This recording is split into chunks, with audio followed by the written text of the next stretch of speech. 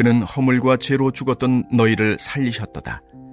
그때에 너희는 그 가운데서 행하여 이 세상 풍조를 따르고 공중의 권세 잡은 자를 따랐으니 곧 지금 불순종의 아들들 가운데서 역사하는 영이라. 전에는 우리도 다 그 가운데서 우리 육체의 욕심을 따라 지내며 육체와 마음에 원하는 것을 하여 다른 이들과 같이 본질상 진노의 자녀이었더니 긍휼이 풍성하신 하나님이 우리를 사랑하신 그 큰 사랑을 인하여 허물로 죽은 우리를 그리스도와 함께 살리셨고 너희는 은혜로 구원을 받은 것이라. 또 함께 일으키사 그리스도 예수 안에서 함께 하늘에 앉히시니 이는 그리스도 예수 안에서 우리에게 자비하심으로써 그 은혜의 지극히 풍성함을 오는 여러 세대에 나타내려 하심이라. 너희는 그 은혜에 의하여 믿음으로 말미암아 구원을 받았으니 이것은 너희에게서 난 것이 아니요 하나님의 선물이라.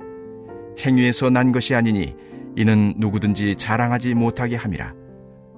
우리는 그가 만드신 바라 그리스도 예수 안에서 선한 일을 위하여 지으심을 받은 자니 이 일은 하나님이 전에 예비하사 우리로 그 가운데서 행하게 하려 하심이니라. 아멘.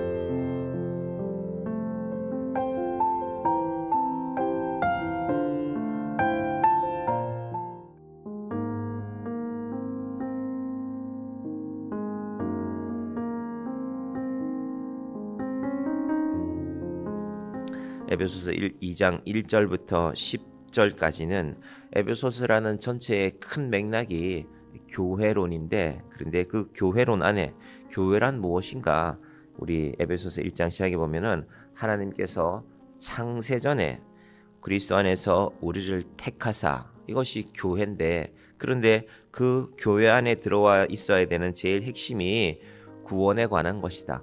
물론 교회라는 자체도 구원이라는 의미가 들어있지만 이 구원에 대해서 좀 더 자세하고 분명하게 설명해 주는 것. 그래서 여러분, 이 예수 믿는 분들 가운데 아마 2장 8절 말씀은 암송하고 있는 분들도 많으시죠. 너희는 그 은혜에 의하여 믿음으로 말미암아 구원을 받았으니. 많은 이렇게 이 복음을 전하는 이 사역리 같은 CCC의 사역리 같은 데도 이 말씀이 들어있는 것을 알 수가 있습니다. 구원하면 에베소서 2장 이 짧은 구절 안에 우리의 구원을 잘 설명해 놓으셨고, 우리는 그 은혜를 따라 얻는 것이 바로 구원임을 아는 것입니다. 그런데 이 말씀을 시작하면서는 지난 시간에 제가 말씀드리기를 구원 이전에 우리의 모습이 무엇이었을까? 허물과 죄로 죽었던 너희를 살리셨도다 라고 말했습니다. 허물은 하나님으로부터 자꾸 멀어지는 것이라고 했습니다.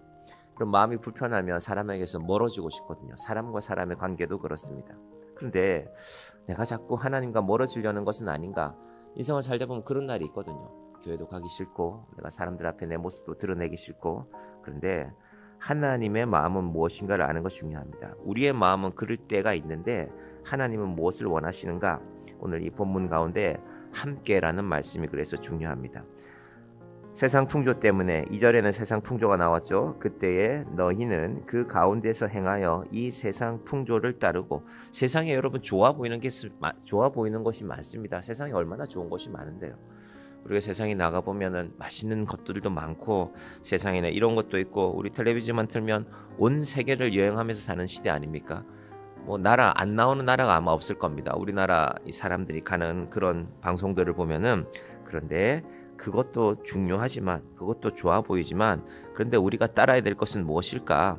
본질상 진노의 자녀 3절에 나오는데 그런 우리를 살리신 분에 대해서 한번 깊이 생각해보자. 그러면서 이제 오늘 말씀이 시작되는데 4절에 긍휼이 풍성하신 하나님이 우리를 사랑하신 그 큰 사랑을 인하여 우리의 허물과 죄라는 것은 그래서 결국 화살을 쏘았는데, 우리가 하나님에게서 자꾸 멀어지는 것이 허물이고, 죄라는 것은 우리가 화살을 쏘는데 가운데 제대로 맞추지 못하고 엉뚱한 것으로 계속 빗나갑니다. 그럼 우리가 생명에 도달할 수가 없는 것입니다. 그 모든 일들을 하나님이 어떻게 하셨을까? 긍휼이 풍성하신 하나님이 우리를 사랑하셔서. 목회를 하다 보면 사랑을 잃어버릴 수도 있습니다. 일이 바쁠 수도 있고요. 예를 들면 목사님들이 신방도 해야 되고 설교 준비도 해야 되고 교회 이런저런 일들도 챙겨보다 보면 일이 계속 우선순위가 되면 사랑이 뒤로 갈 때가 있거든요. 그때가 제일 중요한 때입니다. 여러분도 혹시 교회에서 여러 가지 일들을 하시다가 내가 일은 열심히 하고 잘하는데 내 속에서 사랑이 없어진 것은 아닌가 할 때 우리 자신을 잘 확인해야 됩니다.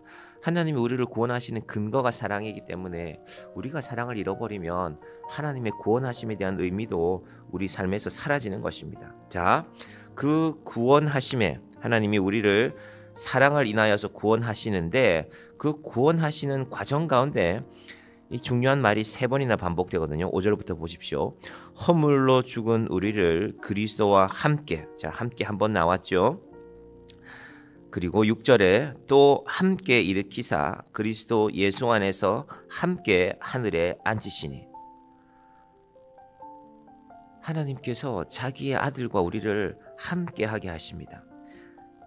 제가 자라난 교회에서 이렇게 성탄절이 되면은 그 시절이야 이렇게 부유하지 못, 이 교회가 재정도 넉넉하지 않았는데 성탄절에 헌금을 아이들에게 좀 미리 하게 했어요. 시골 아이들이 헌금한 게 금액이 얼마 되지 않았을 겁니다. 아마 교회에서도 아마 때로 재정을 정해서 그때 제 기억에는 주로 많이 사갔던 것이 라면이었어요. 제가 초등학교 3학년, 4학년, 5학년 이때쯤에 우리 교회에서 이렇게 걸어가면 한 1시간 반, 차 타고 가면 한 10분 정도 되는 거리에 시내월이라는 이 보육원, 그때는 고아원이라고 불렀지만 한 50명 정도 되는, 저는 그분 성함은 정확하게 모르지만 박장로님이라는 분이 이 보육원의 원장님이셨는데, 이분의 시작이 6.25 지나고 자기 마을에 부모를 잃은 아이들이 있으니까 1명, 2명 본인 집에 데리고 있게 됐어요. 뭘 시작하려고 한 게 아니라. 근데 그 소문이 나니까 몰려왔어요.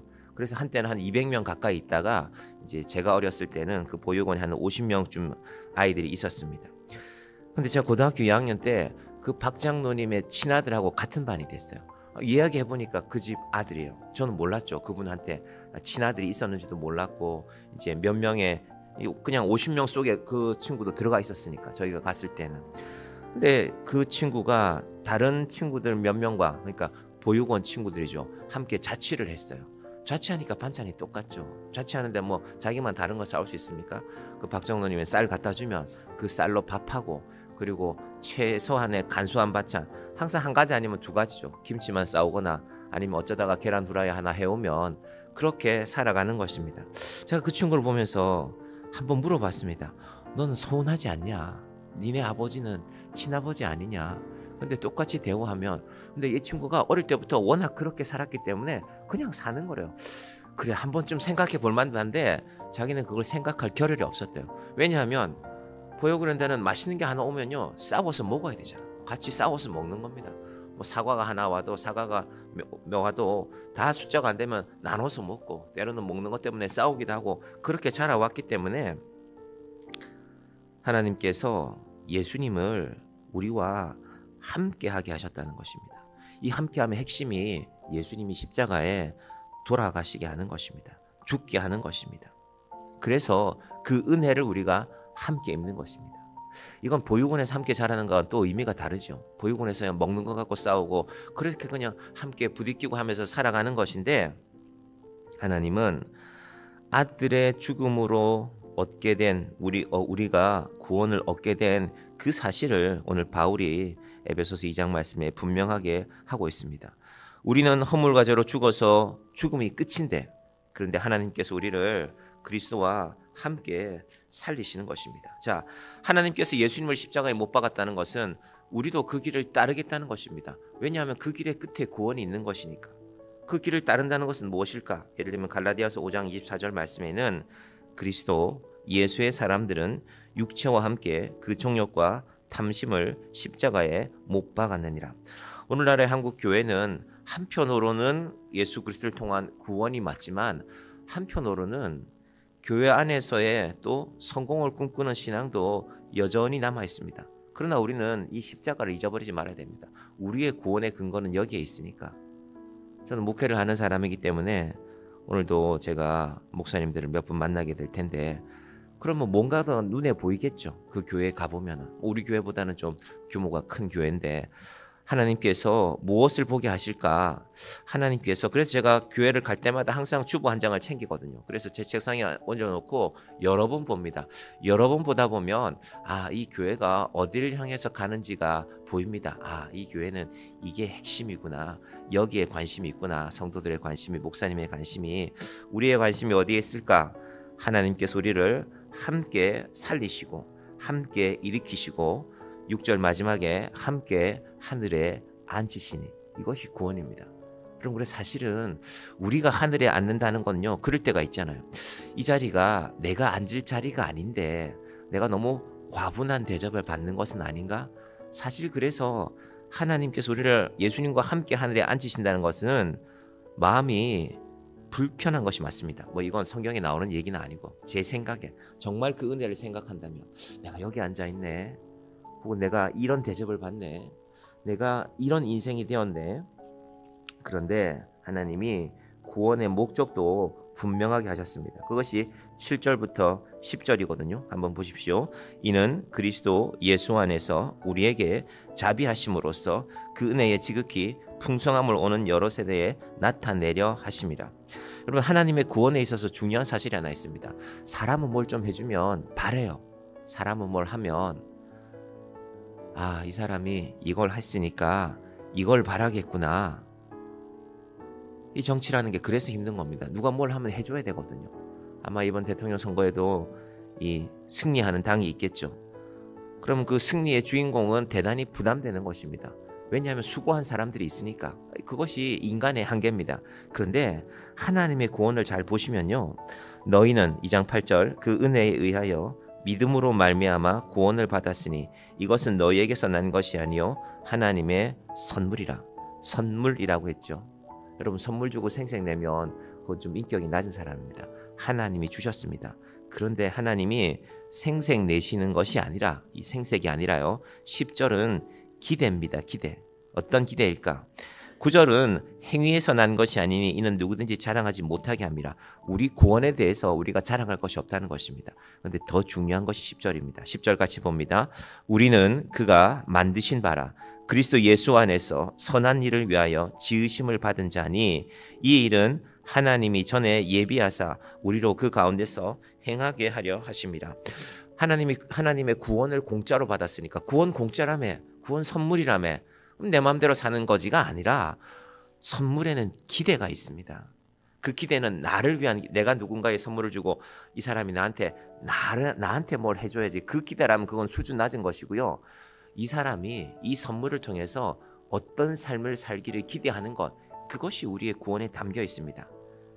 구원은 하나님께서 우리를 향하신 기대가 담겨 있는 선물입니다. 그 기대라는 것은 내가 이제 어떻게 살아갈까? 내가 구원받은 자로서 어떻게 살아갈까? 하나님께서 나를 향한 기대는 무엇일까를 잊지 않는 것이 바로 구원에 대한, 구원받은 자의 우리의 삶의 태도입니다. 세상 풍조에 따라가지 말고, 세상 풍조는 나날이 갈리어도, 우리 찬송가가 고백하지 않습니까? 여러분, 유행은 항상 변합니다. 우리의 옷 입는 것, 우리가 먹고 사는 문제들도 유행도 변합니다. 직업도 유행이 있거든요. 그런데 하나님 우리를 향하신 그 사랑이, 그 선물이 변치 않는 것입니다. 예수님과 함께. 제가 고등학교 2학년 때 같은 반이 됐던 그 친구와 함께 이제 그 보육원에서 자라났던 아이들도 우리 학교에 왔으니까, 그건 이제 그쪽 동네에서 이 학교를 오려면 시험을 쳐서 와야 되거든요. 나름 이제 그 보육원에서는 제일 공부 잘하는 애들이 온 겁니다. 그런데 그 나머지 친구들하고도 한번 얘기해 본 적이 있습니다. 제가 그냥 물어보고 싶었어요. 어릴 때 본 애들이니까. 어렴풋이 얼굴이 기억났어요. 1년에 한 번 아니면 2번 봤는데, 야, 그 장로님 참 대단하다. 혹시 그 친구들한테, 너희들은 그러면 이 박 장로님 친아들 보면은 생각하는 게 없냐 하니까 미안하지 그러더라고요. 미안하지. 그 친구들 말이. 이제 고등학생이 됐으니까 뭘 알잖아. 어릴 때는 날마다 먹는 거 갖고 싸웠지만 미안하고 고맙지 그러더라고요. 이 친구들의 마음이 이런 것이구나. 하나님께서 우리가 감히 예수님께 그런 비교를 할 수는 없지만 선물에 대한 하나님의 기대가 있음을, 그 박정놈이라는 분, 제가 장례식도 사실은 여러분한테 설교 때 말씀드렸는데, 온 그 보육원에 자란 분들이 울고 울어서 관을 제때 내리지를 못했다 그랬잖아요. 그래서 장례 인도하시는 목사님이 그러면 오늘 밤에 여러분들이 장로님을 이렇게 사랑하시니까 관을 여러분 집에 들고 갔다가 내일 다시 하자. 그러니까 이제 장례식이 정리가 돼서 해가 거의 다 져갈 때 하나님께서 그 장로님은 어떤 마음으로 자기 자녀 셋을 그렇게 그 많은 아이들과 함께 길렀을까? 그럼 적어도 인간의 마음속에도 그런 사랑이 들어있는데 하나님이 우리에게 함께 하셨던 이 의미가 우리의 구원의 근거가 되기를 바랍니다. 예수님하고 나를 동일하게 취급해 주셨구나.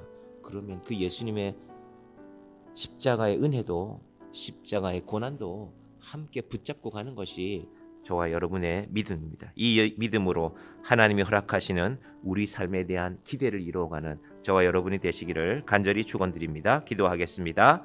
하나님 아버지 감사합니다. 우리는 허물과 죄로 죽었던 자입니다. 하나님께서 예수 그리스도를 통하여 예수 그리스도와 함께 우리를 살리셨습니다. 허물과 죄로 죽었던 우리를 그리스도와 함께 살리셨고 함께 일으키시고 또 그리스도 예수 안에서 함께 하늘에 앉히셨다고 오늘 예배소서 말씀이 고백하고 있습니다. 하나님, 우리의 구원 안에 이 놀라운 하나님의 사랑이 있고 그리고 하나님의 기대가 있습니다. 하나님, 헛된 인생 살지 말게 하여 주시고 세상 사람들이 모두 가는 그 길로 가지 말게 하여 주시고 우리 인생에 돈이 필요하지만 돈만 쫓아서 신앙을 잃어버리는 어리석은 인생 되지 않도록, 돈 때문에 우리의 믿음이 불편해지는 인생 되지 않도록 주여 우리를 인도하여 주시옵소서. 하나님, 이 한 주간 우리 성도들의 삶을 지켜주시고 간절한 기도의 제목들이 있습니다. 가정마다 각 사람이 하나님께 기도할 때에 주여 우리의 마음을 살피시고 주여 우리의 기도를 들어 주시옵소서. 예수님의 이름으로 기도드립니다. 아멘.